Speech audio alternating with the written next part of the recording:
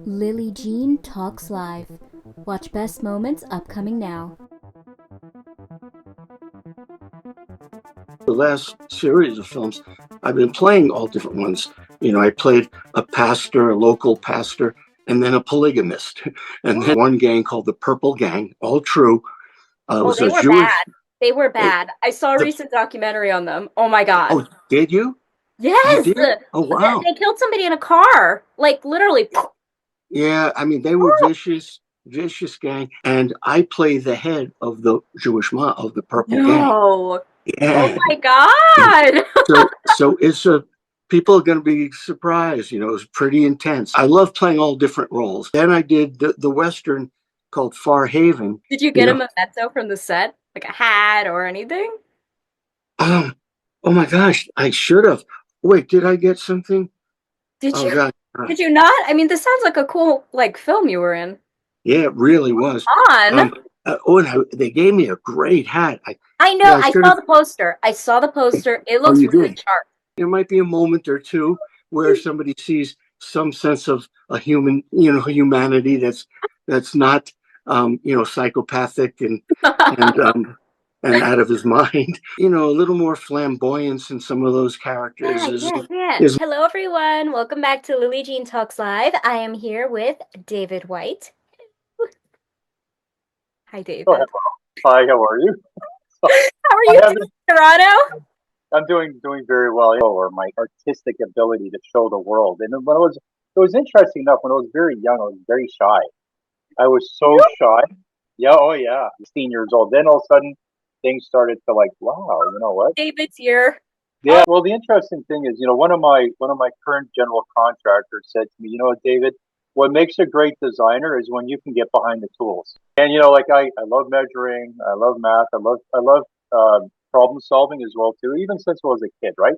I think the key component to great design is problem solving. So I should know better. But I'm like, you know what? Maybe I'm able to teach them something. But that didn't quite work out. Oh, teach them something. They're already starting out with wanting to be the contractor on it and not hire a pro for that. What are you teaching them? She's like, I like copper, I like this and that. And she goes, what do you think? I said, you know what? I said, how much free range do I have in design? And my ideal client, by the way, is the ones that trust me and say, David, you know what? You're a creative artist and designer. Come up with a cool design. I'm like, that's what I do. I do custom design. I pitched this idea to the client. Say, hey, how about we do a penny floor? Designed the layout. I measured up how many pennies I would figure out, which was 10,500 at the time. I had people to frontmen is there is an energy to this. When you watch it, when you watch even just the trailer, it's not like anything else I don't think that's out right now. Give me any kind of movies, TV, or music that has its own voice, that has something different to say, that has heart to it. So the main thing for me is, yes, it's comedy, tragedy plus time. And, I've experienced that, but it's all we need, that levity, that healing that comedy brings. Your comedy is so different. My comedy's like good. McKinnon, like that sort of different. Yours is like very sophisticated. But that's very hard to do too, because you have to, you just need spy glasses. That's it. It also helps when you're a Nepo baby. That helps a lot in many cases. Anyways, well, there's always openers for a lot of people. Sure, yeah, absolutely. Yeah, my dad, Robert Redford, said once, no, I'm kidding. Are you trying to Nepo on Lillee Jean Talks Live? I would never. No, but back to your question. What am I working on now? Some sports themed stuff, football themed. And but right now I'm sort of positioning myself actually in the action drama. I have 3 action scripts I've been working with a writing consultant on. I think they're real, what type action? Like 007, like Tom Cruise, like what type? Where are we going with that? How historical? Very actiony. Historical fiction fantasy. Oh, yeah, we've already got the largest 3D map of the known universe seriously? So far. Yes. Whoa. Why is it called dark energy instead of like light energy or like sparkle energy or like pink energy? Like why? It's a Is it it's like a dark matter energy? yeah, Like that's what? it's a great question. And the short answer is dark just stands for unknown. It's Okay. just, or unseen in this case. So dark Very matter cool. because we don't see it, we haven't Right, found right, it. Dark energy just because we don't actually see what the source is of it. right, right. Mhm. Do you believe in like astrology?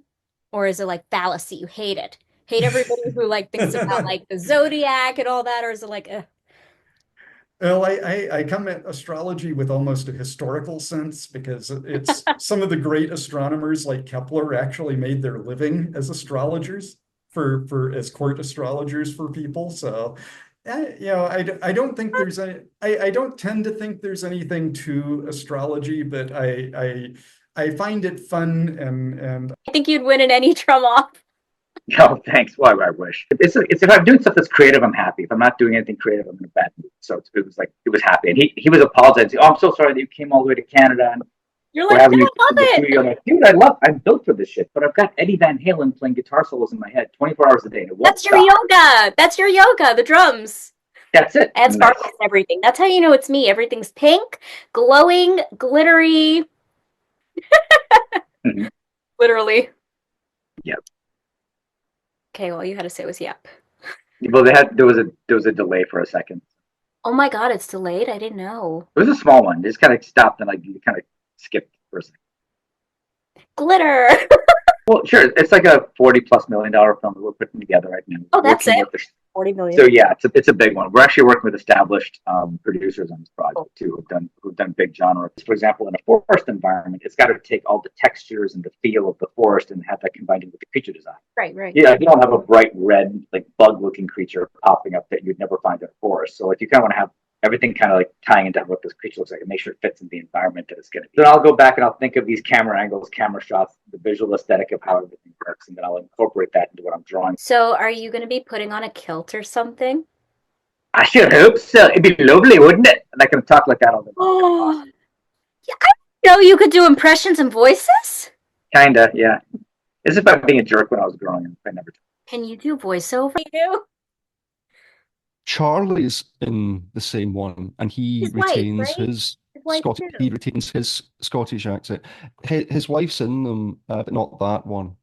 She's in one His of them wife's. too, because she did a Is really it? excellent narration. I think she's in the Stone and Fire one. That She must be the narrates one. that Yeah. one. Okay. I thought she was Yeah. really great in that. Brilliant, yeah. Yeah, yeah. And Charlie has his own booming Scottish accent in the Banks of the City Thames. Mhm. And I'm putting on this weird Cockney thing. You did I good. actually have to do I play the same person, but the Right. same person in the story has an alter ego. So I have to do two accents of the same person. This kind of Cockney thing and this upper crust thing, because he's pretending to be Right. this Right. person from the aristocracy and such. And Charlie actually beats me up in one scene. So he's hollering his Scottish accent at me, and I'm doing this Cockney thing, Can you do it still, Back or on. do you need training to like do it, like on set training? Pop one out at me, Paul. I mean, this was actually 2 years ago. It doesn't seem like it. COVID. I think you guys filmed some of Hmm. this like at the beginning. Um, Was it after COVID? It was during COVID, I think, it Eric. it was after it, but it's still. It was just go ahead and do whatever they wanted. It was a great time to be in the industry, and probably the last time When you do people will get that kind of free reign. when you do these kind of like graphics, do you like follow the storyline? Do you follow the storyboard? Like I know you're saying you had free reign, but you had to have some idea of what they wanted. The interesting thing about Body Harvest, that was one of my main games, Okay. is Body Harvest actually became the foundation for how GTA 3 would be. Because Oh, GTA 3 was the first proper 3D version of the Grand Theft Auto franchise, and the model that was used to make Body Harvest, because that was a guy running around, jumping in and out of cars, running around buildings and out of buildings. It was basically a really primitive GTA. When we were working on these games, the story was getting made up as we went, you know.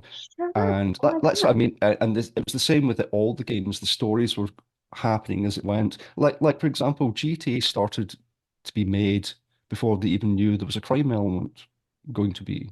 You know, it did frustrate people. And I think that's one of the reasons why a lot of people weren't interested, because we don't even know where this game's going.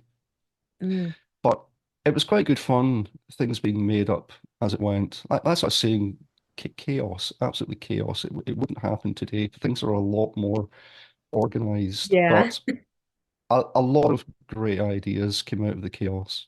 A lot of really fun ideas, a lot of risky stuff, you know. And it was the same with Body Ooh, what are the Harvest risky and stuff? all the other games. Fan of film noir, as am I.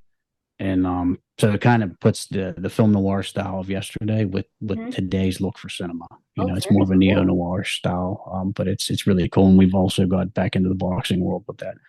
And a really nice crime drama. Just finished that up. That's the edit for the pilot's just about done, and we have one more day left filming our new series that we're working on, a new pilot called Cornered. Congrats.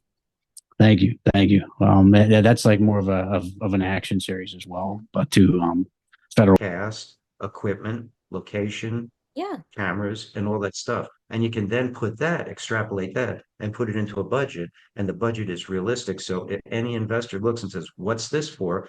I can say, "We have a bid for that. And Right. if you'd like to talk to them, here's their phone number. You can verify that the numbers are what we said it is."